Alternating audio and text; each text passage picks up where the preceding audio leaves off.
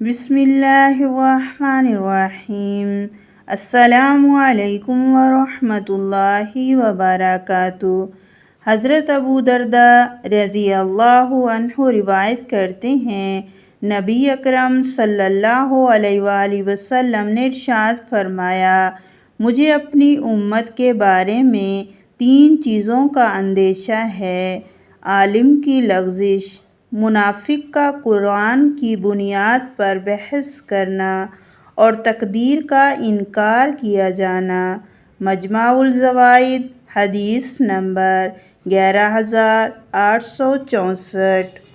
رسول اللہ صلی اللہ علیہ وآلہ وسلم نے خبردار فرمایا کہ عالم کی لغزش امت کو گمراہ کر سکتی ہے، منافق کا قرآن کی آڑ میں بحث کرنا دین کو بگاڑ سکتی ہے، اور تقدیر کے انکار سے ایمان کی بنیاد ہل سکتی ہے۔